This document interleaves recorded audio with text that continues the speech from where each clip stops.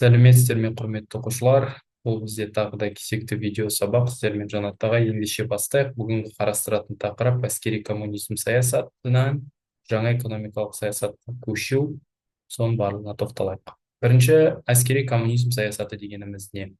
Әскери коммунизм саясаты дегеніміз, қысқаша айтатын болсақ, азамат соғысы кезінде жүргізілген экономикалық саясатты айтады.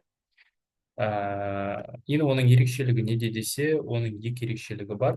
Біріншісі бұл национализация, яғни барлық жеке меншіктегі кәсіпорындар мен табыс көздерінің барлығын толықтай мемлекет меншігіне өткізу.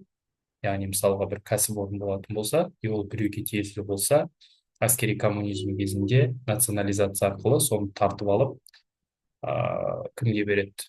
Тартып алып, мемлекет өзі пайдаланады. Соны национализация деп айтады.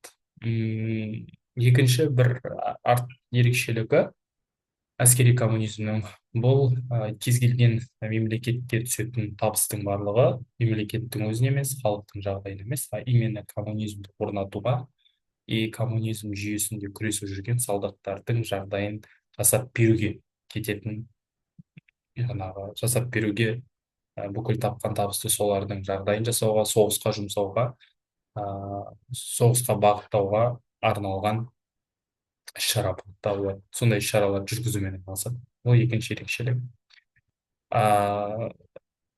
Жалпы осы әскери коммунизм ол азамат соғысы кезінде өте белсенді жүргізілді. Және әскери коммунизм кезінде осы әскери коммунизм саясаты жүргізілген кезде бір нәрсені ұмытпау керек. Халықтың әлеуметтік экономикалық жағдайы өте қатты түсіп кетті. Неге? Себебі олардың жасаған барлық іс-шаралары бұл адамдарға, соның ішінде кеңес адамдарына убытка алып келген болатын. Мысалға, сен өзіңнің артық өнімің бір кәсібің болса, мемлекет тартып алады да, солдан өзі пайда алып отырады. Кейбір пайданың жартысын соғысқа жұмсап, халықты идеология арқылы алдап, улап-сулап ұстап отырған болатын. Ол да халыққа жағынан әсер етті. Енді жалпы әскери коммунизмнің атқарған өзінің іс-шаралары бар. Әскери коммунизмнің атқарған неше іс-шарасы бар десе, 4 негізгі іс-шара атқарды дейсіңдер.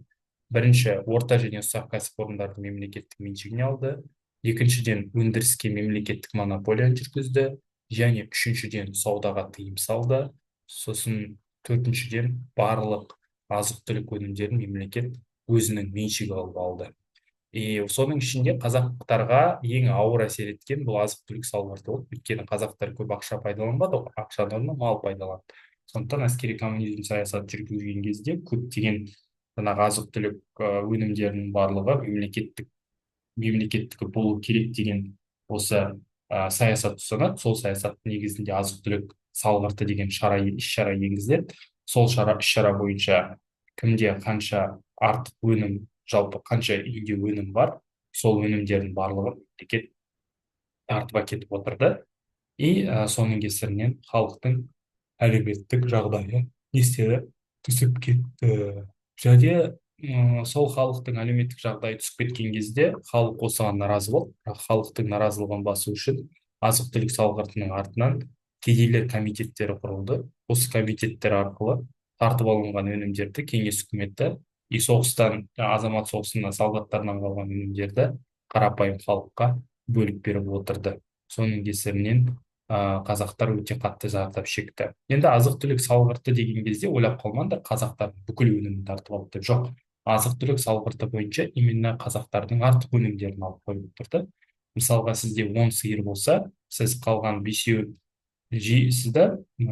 ет қылып пайдаланып, бесеуін қораға сақтап қоясыз ғой. Сол именно артық деп сақтап қалған, артығымен сақтап қалған бүкіл азық-түліктерді мемлекет тартып алып, халықты осылай қаңғысатқан болатын. Осындай іс-шаралар жүрді. Енді жалпы мынадай нәрсе бар. Әскери коммунизм кезінде не қатты жүрді? Реквизициялау саясаты өте қатты жүрді. Реквизициялау дегеніміз бүкіл қандай өнімдер бар, соны мемлекет тартып әкетіп отырды бізден.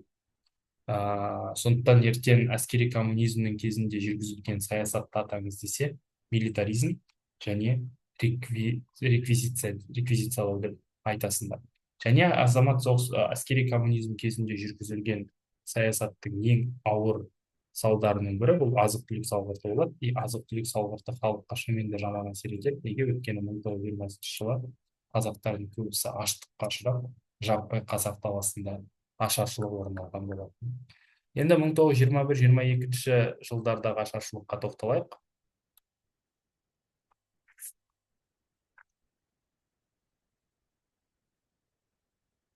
Жалпы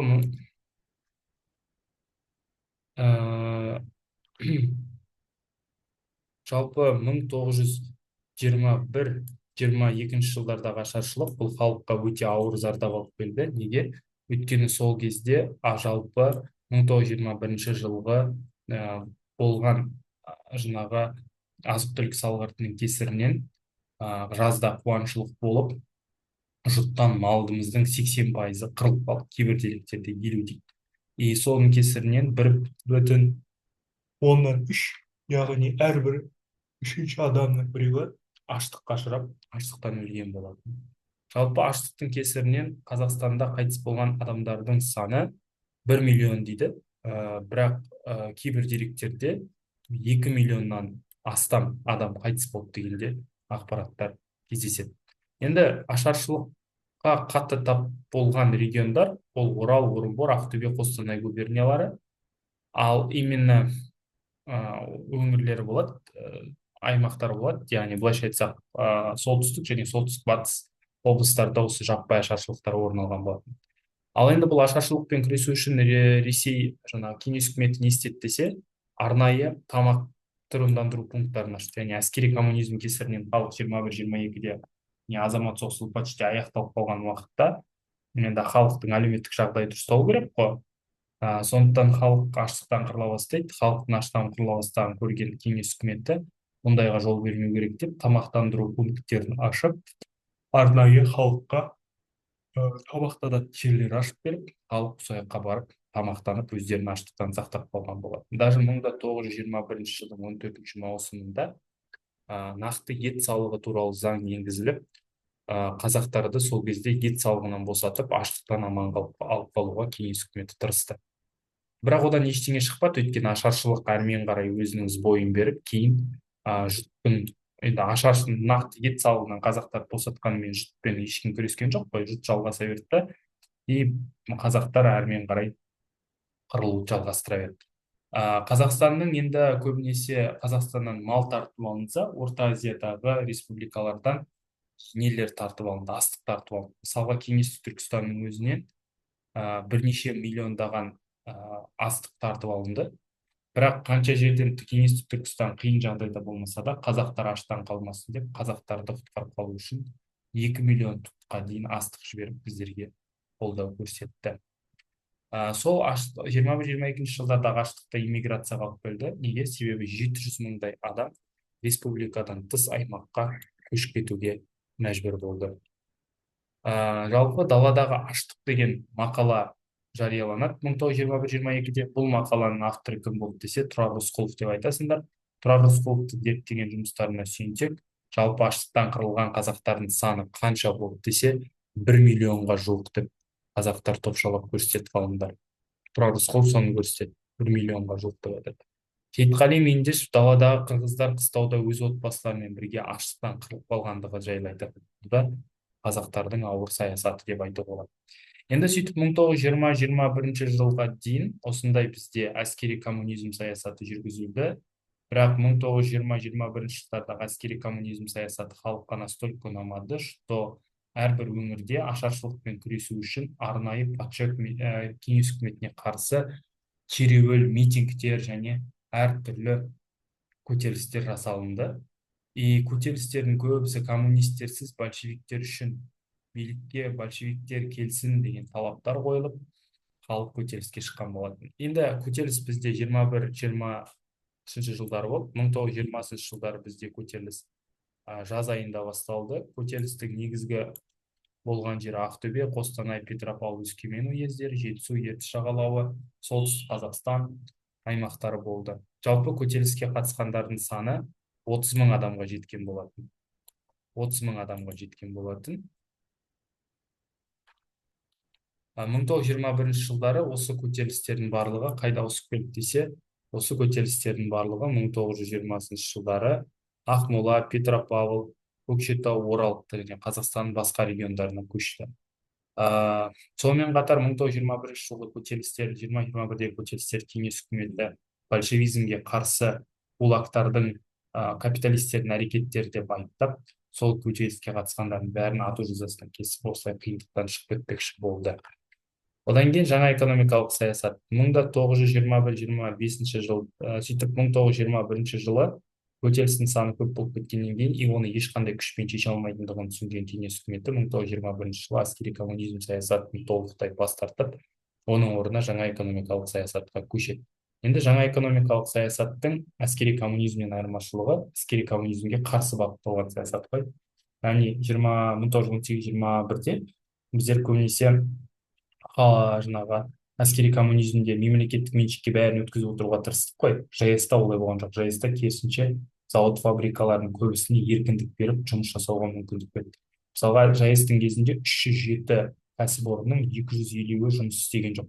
Сол әскери коммунизм кезінде 307 кәсіпорынның 250-і жұмыс істеген жоқ. Өйткені мемлекеттің қарсы жетпейді бүкіл кәсіпорындарды жүргізуге. 1922 жылдан бастап жеке кәсіпкерлерге, шетелдік кәсіпкерлерге бере бастады. Содан бастап ет өндіретін және сонымен қатар тағы да басқа қандай завод фабрикалар бар, солар өз жұмысын қайта бастайды. Так, мына жақта ЖС-тің көш себептері көрсетілген, үйден тағы оқып шығасыздар. Жалпы жаңа экономикалық саясаттың негізгі мәні қандай десе, ол халықтың әлеуметтік жағдайдан шығарып, яғни әскери коммунизм кесірінен туындаған дағдарыстан шығарып, халықтың тұрмыс тіршілігін дұрыстау, солмен айналысқан болады.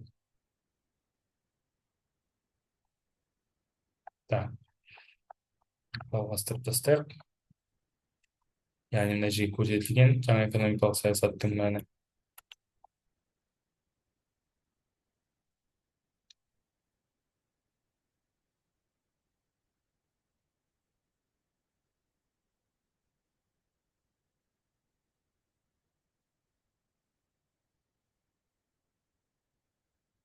Так, енді салық дейді. Бізде енді 1921-ге дейін әскери коммунизмде азық-түлік салғырты болды ғой. 1921 жылдан бастап азық-түлік салғырты толығымен азық-түлік несімен, салығымен өзгертілді. И ол жай ғана өзгертілген жоқ. Неге өзгертілді? Себебі азық-түліктен түсетін ақша, салғырттан түсетін пайданың барлығы өте ауыр тиді қазақтарға. Сондықтан қазақтардың тұрмысы одан сайын төмендеп кетеді деп 1921 жылы сол азық-түлік заңынан, салғыртынан бас тартып азық-түлік салығын енгізеді. Яғни сол кезден бастап уже қазақтар қанша табады, сол табысына қарай ақшалай салық алып отырамыз деп келісті. Яғни азық-түлік салығы ақша емес, тамақпен емес, азық-түлікпен алынатындай шешімге келеді. Бұл неге өтеді? Ол елдегі ақша қатынасы, сауда қатынастарын қалпына келтіру үшін. Еще мына 1921-24 жылдар аралығында банктік жүйе құрылады. Әскери ЖС-тің кезінде. Ол банктік жүйенің негізгі мақсаты не болды? Ол банктік жүйенің мақсаты өнеркәсіпті қалпына келтіру, сауда жүйесін қалпына келтіру, коммуналдық жүйені қалпына келтіру және тағы да басқа сондай іс-шаралар үшін керек болды. Жалпы 1922 жылдан бастап осы ЖС-тің кезінде өзіндік ақша пайда болды кеңес үкіметінің. Ол ақшаны черновец деп атады. Ол 10 000 рубльді құрады. Сауда еркіндігі пайда болды ЖС-тің кезінде. Ойыл, темір, қоянды сияқты аймақтардың барлығында да жәрмеңкелік сауда дамып, халықтың жағдайы жақсы болды. 20 миллион астам адам сом дейді, яғни рубль ақша құртып, өзіне керекті өнімдерін алып, солай жақсы өмір сүрген болады. Қазақстан өнеркәсібі. Жалпы Қазақстанның 60% өнеркәсіптен тұрады. Экономикасының 1921-22 жылдары ең көп кәсіпорын жақсы дамыған өңірлер ретінде Ридер, Екібастұз, тау-кен өндіруші жерлері жақсы жұмыс жасады. Ураков деген кісінің бастауымен болды. Өйткені Қазақстандағы өнеркәсіпті сол шетелдік поляк, ағылшын, француз деген секілді халықтарға, халықтың бизнесмендеріне сата бастады. Олар келді, завод фабрикалар дамытып, содан қайтадан экономикада оживление пайда бола бастады. Ауыл шаруашылығы 3 миллионнан астам алқа бізде жеке меншікке, егістікке берілді. Орал, Ақмола және Торғай, Семей облыстарын айтатын болсақ, жалпы сол жердегі соғысқа дейінгі соғысқа дейін негізі 1 миллион гектар жерді беріп отыр. Соғыстан кейін, осы азамат соғыстан кейін жалпы әскери жайылыс кезінде шетелдіктерге 3 миллионға жуық жерді неге берді, арендаға берді. Содан бастап сол жерден шетелдіктерге бере бастап, Қазақстанда шетелдік егіншілер, саудагерлер өте белсенді жұмыс жасады. Бізде салалар да жақсы дамыды. Мысалға 92 миллион астық жиналды Қазақстанда 25-ші жылы, мақта өндірді, мал санында көлемі 26 миллионнан асты. Яғни шаруа қожалықтарда осылай жақсы жұмыс жасады. Одан бөлек бізде ұжымшарлар жұмыс жасады. Менің кезінде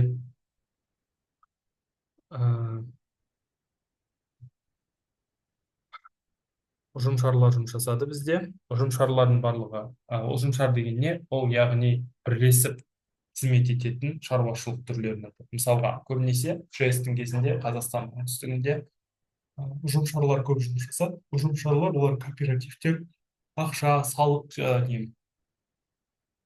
азық-түлік өнімдерді шығарып, соны дамытумен айналысады. Одан бөлек коммуналар жұмыс істеді. Коммуна деген адамдарға бірлесіп өмір сүретін бір меншіктегі бір этаждан, бір аймақтан үйлер салынып басталды. Соны коммуна деп атайды. Сол. Так, шаруашылық есептелі. Қызмет түрі. Сонымен қатар арнайы жэс-тің кезінде шаруашылық есеп жүргізді. Қай жерде қандай ақша кетеді, ол ақша кімге кетеді, сол бойынша басқару жүйесі болды. Жалдамалы еңбекке толықтай рұқсат етіліп, 20-дан аспайтын барлық жеке меншік кәсіпорындарда адамдардың қызмет етуіне, 20-дан аспайтын адамдарға жеке меншік кәсіп құруға мүмкіндіктер бере бастады. Сосын азық-түлік салығы енгізілгеннен кейін біртіндеп карточкалық жүйе жойылды. Жалпы айтқанда, әскери коммунизмде карточкалық жүйе болған жоқ. Енді жэс-тің қорытындысына келсек, жэс-тің қорытындысы Қазақстанға өте жақсы болды, себебі экономика жылдам өсті. Жоспарлы экономикадан нарықтық экономиканың иісін сездік. Халықтың шаруашылығы қалпына келді, халық қайтадан бай-қуатты өмір сүре бастап, жағдай жақсарды. Енді жэс-тің тоқтатылуы. жэс бізде қашан тоқтатылады? 1925 жылы Сталиннің бастамасымен тоқтатылады. Өйткені бұл капитализмге алып келетін жол деп Сталин бас тартады. Сөйтіп, осы 1926-1927 жылдары официально жэс тоқтап қалады. Келесі жер-су реформасы. Енді 1921-22 жылдары жэс-тің ең басты реформаларының бірі жер-су реформасы. Жер-су реформасы не үшін керек? Жер-су реформасы Жетісу мен оңтүстік Қазақстанда көбінесе жүргізілді. Оның мақсаты әртүрлі съездер жасап, сол съездер арқылы Орта Азиядағы су балансын сақтап отыру. Оны көбінесе Түркістан АКСР-ның депутаттары көп ойлады. Түркістан АКСР-ның 19-шы съезінде Розбакиев, Жандосов осы мәселені көтеріп, суларды сақтап қалу керектігі жайлы айтқан.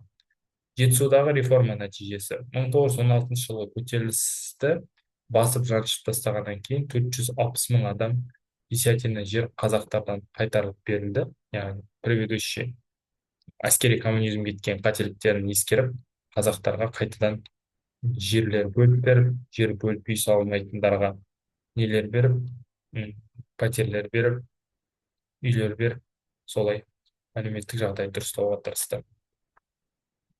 Ертіс және Орал жерлерін қайтарылды. 1920 жылдары Сібір мен Орал жерлері негізі Ресейге кетіп қалу керек еді, бірақ қазақтың зиялылары, қазақ шаруаларының көтерілісінің арқасында, қазақ зиялыларының атқарған қызметінің арқасында Ертіс, Орал деген сияқты аймақтардың біраз бөлігін біздер өзімізге сақтап қалдық. Бұқаралық ұйымдар дейді. 1920 жылдары Жарлы шаруалардың өзара жәрдем деген комитеттер жұмыс істеді. 1921 жылы Қосшы деген одағы деп аталатын комитет жұмыс істеді. Олардың барлығының мақсаты не болды? Осы жэс реформасын әрмен қарай жүргізіп, соны жалғастыру.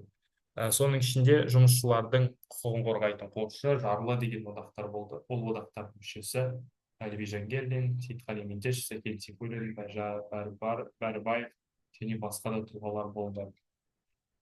Сол негізі жэс-тің мақсаты капитализмге біртіндеп бет бұру болатын, алайда 1925-26 прогресс реформасының ешқандай мағынасы жоқ екендігін халықтың санасына қойған Сталин билікке келіп, ақыр соңында өзінің индустрияландыру деген реформасын бастайды. Осымен бізде кезекті тақырыптық видео сабақ аяқталды. Кездескенше сау саламатта болыңыздар.